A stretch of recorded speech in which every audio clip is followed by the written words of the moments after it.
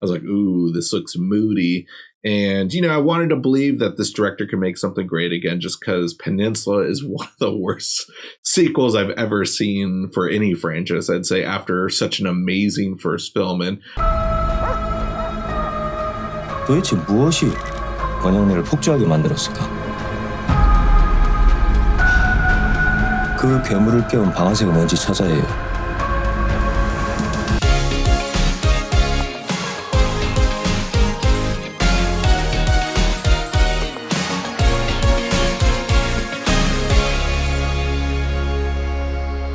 What's up, Drive-By Movies here, and you're watching Fresh Releases. My name is James. My name is Blaise. And today we checked out the Netflix original Revelations. 기도하겠습니다.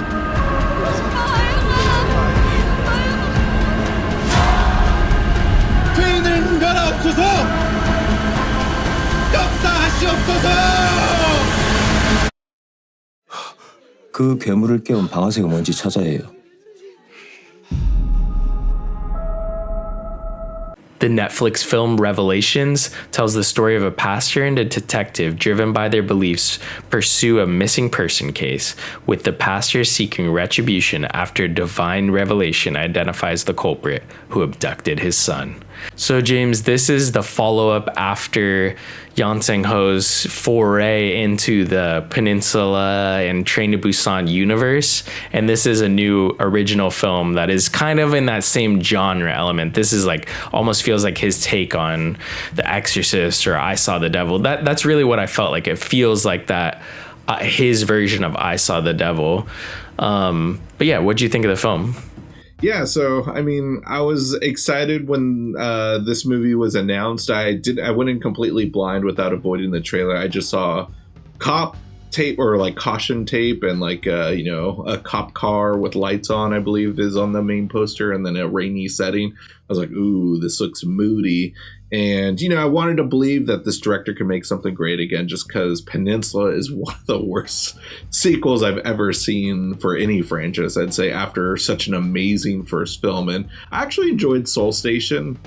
I know some people weren't as crazy about that one as much, but I think that one's like quite enjoyable, despite it being kind of a very different take after Train to Busan.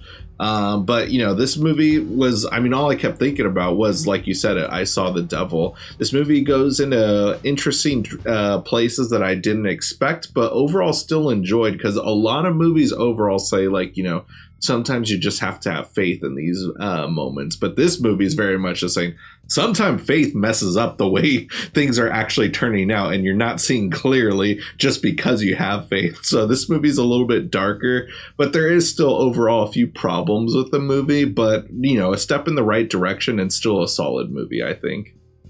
Yeah, you could be blinded by faith, I guess you could say. But yeah, this film, I guess I wasn't really expecting a ton, because I do feel like Train to Busan was this smash hit, but I don't feel like it was like the direction really that made that film what it was. I felt like it was more just the concept or just the story, like not even the script, like solely just the story of like, okay, it's set on a train, and then it just enters this whole list of films that have been set on trains that just anytime you include a train, it makes it better. Think about Snowpiercer or any of those, the last Tony Scott movies. I know he got fairly obsessed with trains, but yeah, like I felt like this film, it kind of felt like Yeon Sang-Ho almost like trying to ascend to be that Park Chan-wook or a Bong Joon-ho style filmmaker, who those are like the masters of Korean cinema. Obviously you have other filmmakers like Kim Ki-duk or Kim Ji-woon. There are those other filmmakers that have had like hits, but when it comes to like the Hitchcock of Korean cinema, it's definitely Park Chan-wook. But yeah, I don't really know if Yeon Sang-Ho has that in him. I wasn't really super impressed with this movie. It did feel like it was treading ground of other films we had seen. Most specifically, I mentioned I Saw the Devil, but I think even more so The Wailing, which is a film that I honestly really love. The Wailing, and I feel like my enjoyment of The Wailing almost detracted from this because I felt like they were almost treading too much common ground. But But yeah, I thought that this film was impressive, at least in the cinematography aspect. The story, it definitely has a lot of cool twists and turns. But when it comes to like the film overall, I feel like my appreciation of other films in the genre, it felt like this was almost too similar to those other movies where I'm like, this kind of just feels like an amalgamation of other better movies.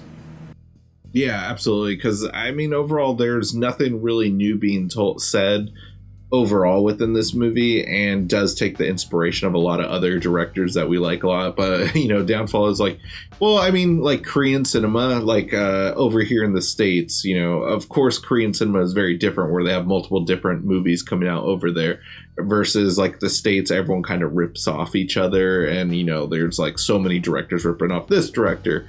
Over here though, in the US, we don't get as many mainstream Korean films make their way stateside to where they go viral to where all of us need to go see it. You and I, Blaze, we are more aficionados where we try to find these kind of movies. But, this movie sticks out with a lot of other Korean cinema that we've seen, and not so much like even just like, maybe like a director like David Fincher or something, because this movie kind of has that vibe overall, I guess you could say. But I think the main problem with this movie is, though, because it's a gorgeous looking movie cinematography wise, the performances are pretty decent, but where it's at fault is the script, because it overall follows, I mean, if there's two main players and characters here, but there's a lot going on, like side characters that you think are going to play bigger parts but aren't so much, though. Like the wife of the pastor, like, that seems like a big aspect within the movie, because that's how the movie starts, with him finding out that his wife is having an affair with his gym or with her workout trainer.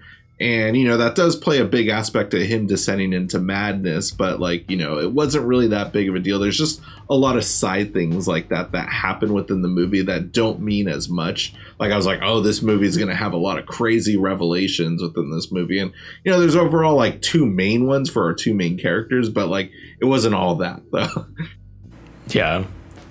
I definitely agree with that. I think there was some like side stories that weren't tied up neatly. They kind of just left, and you do wonder like why they were there. I guess it was just to plunge him kind of into this madness. I did really like there was some like VFX work, especially in like him having these kind of like visions. I did think some of those things were pretty cool. It's not the best CGI, obviously, but a lot of that was cool design, and like it was cool because there are moments where like you do see things and you're like, is that actually something? Is somebody, is that something more? Am I reading too far into it? And it was cool to see him kind of go through that and have these, I guess, revelations. But yeah, I think that I really enjoyed the aspect of like the cult, like having that kind of like cult vibe going on. That was cool because that wasn't really something I totally expected going into the movie. I thought religion was going to play more of a part where it wasn't, kind of like almost felt like it was like evil at times. I know a lot of that doesn't really mean as much to me, not being a man of faith, but it was cool to have that kind of element where, the pastor's giving these sermons and, people are almost like, kind of seems like they're going crazy and almost feels like demonic at times. So I thought that was kind of this cool aspect. And I think it's kind of hard to talk a lot about this movie with how many twists and turns it kind of has, without getting into it, and spoiling it. Yeah, I mean, I think overall it does tighten or, tie a nice bow at the end of it for the most part. It just takes a while to get there, though. Like this movie, I mean, it's not overly long. I think it's just right at the 2-hour mark.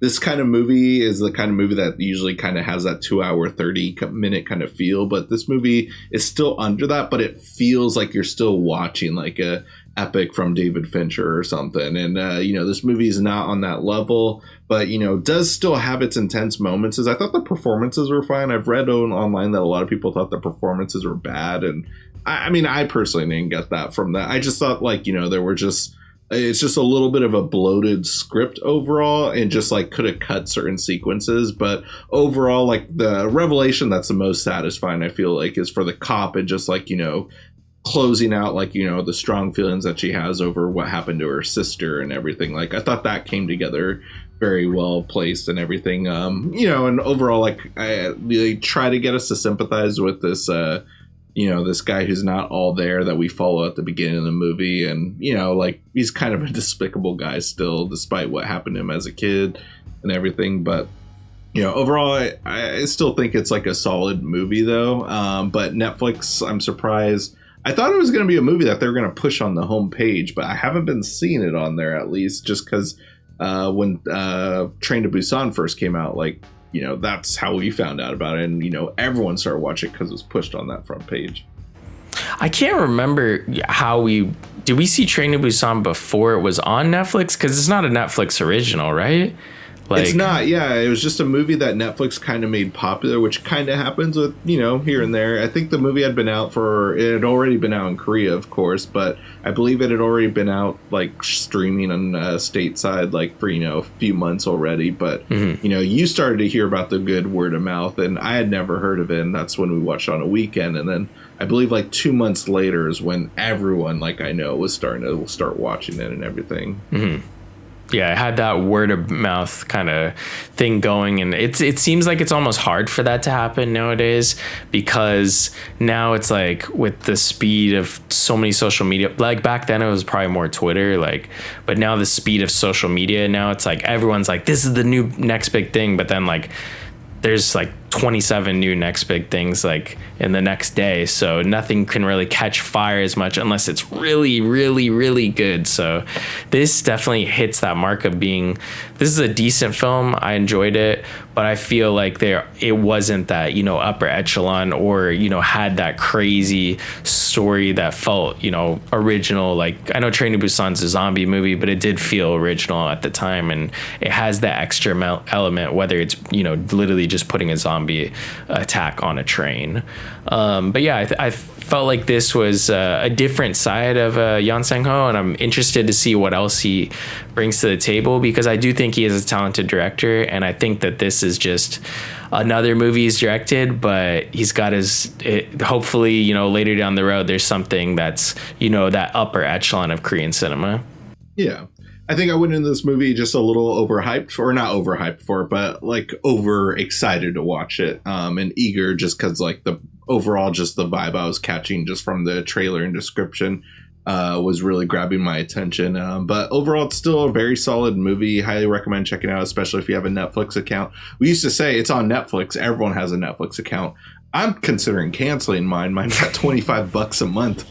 But whether or not you're stealing Netflix from a family member or friend still and not getting in trouble for it, give this movie a watch. It's a great way to, support the filmmakers, and let us know what you thought about it in the comments below, because that's a great way to help support us too. And if you guys haven't already, go ahead and smash that like button, hit the subscribe button, and click that notification bell to get all of our latest updates. And speaking of updates, catch all our social media links down below. We got Instagram, Twitter, TikTok, also our own Letterboxd accounts. That's it for this week, folks. Tune in next week for a brand new video.